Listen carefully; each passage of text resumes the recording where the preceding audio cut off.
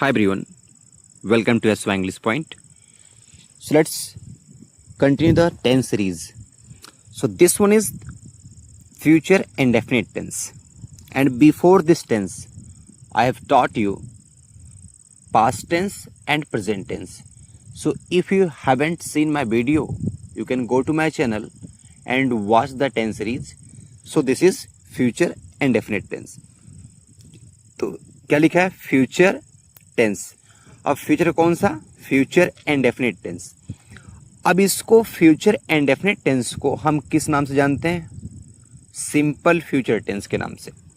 देखिए, this tense is used in the following ways, और इस टेंस को हम फॉलोइंग वेज से यूज कर सकते हैं.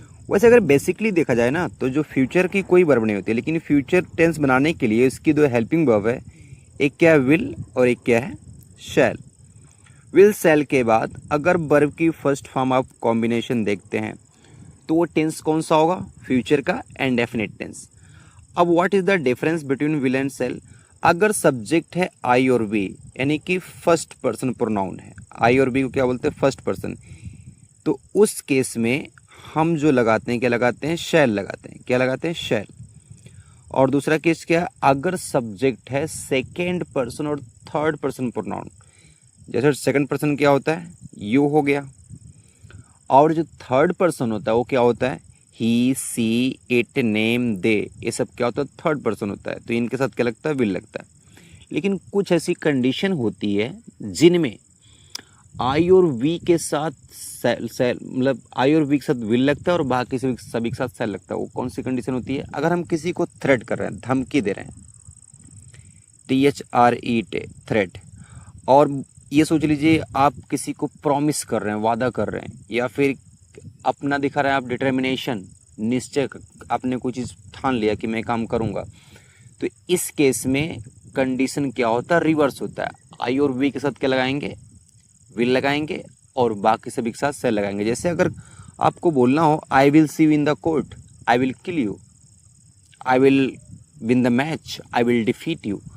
तो ये सब सेंटेंसेस क्या हो गए? इसमें आप दिखा रहे हैं प्रॉमिस कर रहे हैं, डिटर्मिनेशन दिखा रहे हैं, किसी को थ्रेट कर रहे हैं. तो ऐसी कंडीशन में आई और वी के साथ क्या लगाएंगे? विल लगाएंगे, और बाकी सभी के साथ क्या लगाएंगे? सेल लगाएंगे. लेकिन जनरल सेंस में क्या होता है? आई और वी के साथ क्या लगता है? सेल लगता है, और बाकी सभी के साथ क्या लगता है? विल लगता है. So let's continue how to use it. अभी वीडियो के एंड में हम देखेंगे इसका स्ट्रक्चर. तो देखिए, पहला यूज क्या है?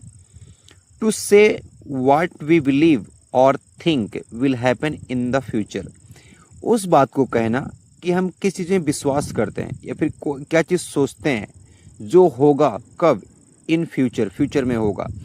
मतलब ये टोटली ऐसा मतलब टेंस है जिसमें हम अपने बिलीफ सिस्टम को या फिर अपने थिंकिंग को, जब फ्यूचर के बारे में हम थिंक करते हैं, फिर फ्यूचर के बारे में कोई घटना होने के बारे में बिलीव करते हैं, तो वैसे ही स्टेटमेंट को हम कौन से टेंस में लिखते हैं? फ्यूचर के इंडेफिनिट टेंस में. फॉर एग्जांपल अगर आप देखेंगे, फॉर एग्जांपल तो पहला क्या है? I believe she will join the office tomorrow. तो कोई बिलीव कर रहा है कि वो क्या करेगी? वो ऑफिस को ज्वाइन करेगी. कब? टुमारो. टुमारो मीन्स क्या होता है? आने वाला कल. यानी कि देखिए, इससे क्या मालूम चल रहा है? इससे मालूम चल रहा है कि कोई घटना कब होगी? फ्यूचर में होगी, अभी नहीं हो रही है. सेकेंड क्या है? They will go to college. वे कहाँ जाएंगे? कॉलेज जाएंगे. तो देखिए, देख साथ क्या लग गया? विल लग गया. गो टू कॉलेज यानी कि अभी कॉलेज गए नहीं है, they will go to college. Next क्या है? We shall win the match. हम क्या जीतेंगे? मैच जीतेंगे. तो you can see after we have use shall. So आप देख सकते हैं. और ये तीनों इंसिडेंट जो होने वाले हैं, ये भी हुए नहीं हैं. ये कब होंगे? फ्यूचर में होंगे. इसका सेकेंड यूज क्या है? सेकेंड यूज देखते हैं क्या इसका. सेकेंड यूज है things which we can not control and are factual. यानी ऐसे स्टेटमेंट को, ऐसे इंसिडेंट को एक्सप्रेस करने के लिए that is not control, that we can not control, it means that are out of control. Means वो चीज़ें क्या है? हमारे कंट्रोल से बाहर हैं, या फिर वो फैक्चुअल हैं, वो फैक्ट हैं. That will definitely happen. For example, the sun will rise at 6 AM. जैसे मान लीजिए मैं अभी कितने समय इवनिंग है। तो अगर मैं किसी को बोल रहा हूँ कि जो सूरज उगेगा कब, 6 बजे सुबह में, तो यानी कि no one can stop this, कोई नहीं रोक सकता कि सन मतलब ना उगे, ये उगेगा ही। पीपल विल डाई, लोग मरेंगे, कोई नहीं रोक सकता। The earth will rotate around the sun in future as well, that is true. तो कुछ ऐसे ही स्टेटमेंट, कुछ ऐसी चीज़ें जो हमारे कंट्रोल से क्या हों, बाहर हों, तो ऐसे स्टेटमेंट को एक्सप्रेस करने के लिए कौन से टेंस का यूज़ करते हैं, फ्यूचर इंडेफिनिट का। थर्ड यूज़ क्या है, to indicate an instant decision. Indicate का मतलब होता है इशारा करना, यानी कि ऐसी स्टेटमेंट या फिर ऐसे डिसीजन के बारे में बताने के लिए जो हमने इंस्टेंट लिया, तत्काल ही लिया है, लेकिन वो अभी फ्यूचर में मतलब काम कब होगा, फ्यूचर में होगा। For example, it is our first marriage anniversary. कोई बात कर रहा है अभी एट प्रेजेंट कि सपोज ये मान सकते हैं कि कोई है और अपनी वाइफ से बोल रहा है, it is our first marriage anniversary, ये हमारी पहली मैरिज एनिवर्सरी है, कोई बोल रहा है। अब वो उसने क्या डिसीजन लिया है कि I shall give you a precious gift, मैं तुम्हें क्या दूंगा, एक प्रेशियस गिफ्ट दूंगा। तो ये डिसीजन कब है, इंस्टेंट है। मान लीजिए कोई चाइल्ड है, उसका आज आया रिजल्ट आया और उसने क्या कर दिया, अपने डिस्ट्रिक्ट को टॉप कर दिया, तो उसके फादर क्या बोलेंगे, you made me proud, you make me proud, तुमने मुझे प्राउड कर दिया। I will send you a trip abroad, मैं तुम्हें क्या कहाँ भेजूंगा, एब्रॉड भेजूंगा, किसके लिए, ट्रिप के लिए, एक वेकेशन के लिए। I will give you whatever you want, मैं तुम्हें वो चीज़ दूंगा जो तुम्हें चाहिए। तो उस समय यानी कि फादर ने डिसाइड किया है उस बच्चे को देने के लिए, क्योंकि उसने क्या किया, उसने उसके नाम को रोशन किया, प्राउड फील करवाया है। तो ये होता है कौन सा टेंस, फ्यूचर इंडेफिनिट टेंस का यूज़। नेक्स्ट क्या है, अगला यूज़ कोई है, लेट मी सी इट।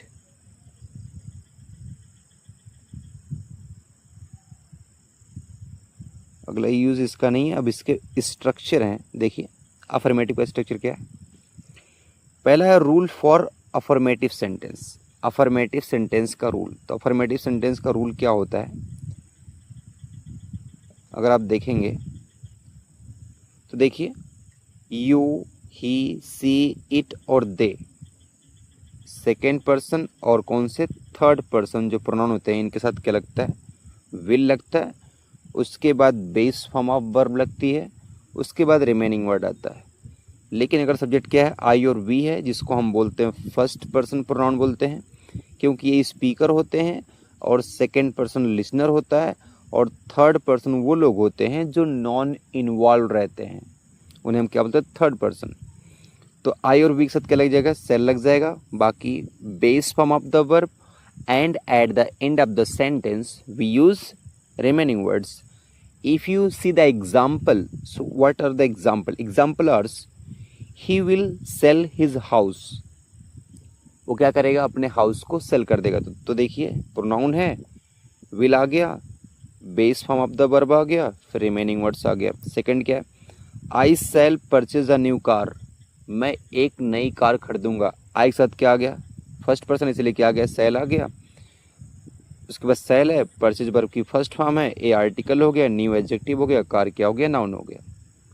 अब इसका देखिए जो नेगेटिव स्ट्रक्चर है, नेगेटिव क्या बताता है, नेगेटिव मतलब होता है, नेगेटिव सेंटेंस का मतलब होता है एक ऐसा sentence that is not positive, जो पॉजिटिव नहीं है, उसे हम क्या बोल सकते हैं, नेगेटिव बोल सकते हैं। फॉर एग्जाम्पल, अब देखिए नेगेटिव में क्या होता है, नेगेटिव में कुछ नहीं होता, यू, ही, सी, इट और दे सेम है, इनके बाद क्या लगता है, विल लगता है। ऐड क्या हो गया, सिर्फ नॉट ऐड हो गया। अब नॉट की लोकेशन देखना नेगेटिव सेंटेंस में, विल और मेन वर्ब के बीच में क्या लग गया, नॉट। और सेम कंडीशन यहाँ भी है, सेल और मेन वर्ब के बीच में क्या लग गया, नॉट लग गया। बाकी सब एग्जैक्ट एज अबव है, पहले जैसा है।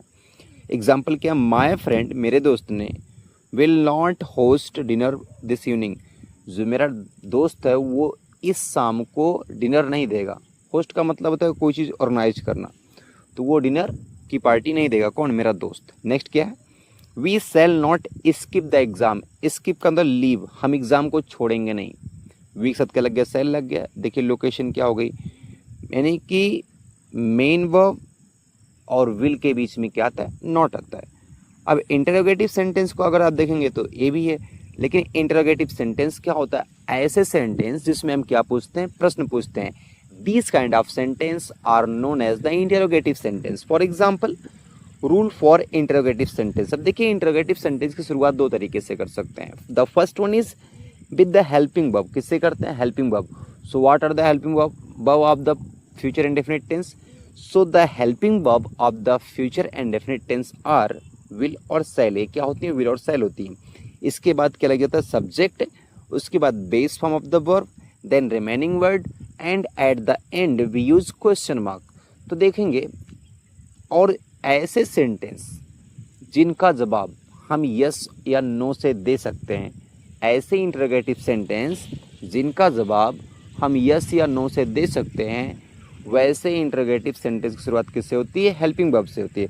लेकिन कुछ कंडीशन में हम कुछ क्वेश्चन का जवाब यस या नो से नहीं दे सकते हैं। उस कंडीशन में क्या होता है, हमें किसी प्लेस का बारे में बताना पड़ता है, या फिर हमें टाइम के बारे में बताना पड़ता है, या फिर हमें रीज़न के बारे में बताना पड़ता है, या फिर हमें मेथड के बारे में बताना, तरीके के बारे में बताना पड़ता है। कोई काम क्यों हुआ तो उसका क्वेश्चन किससे करेंगे, वाई से करेंगे। तुम कहाँ हो, उसका क्वेश्चन किससे करेंगे, वेयर से करेंगे।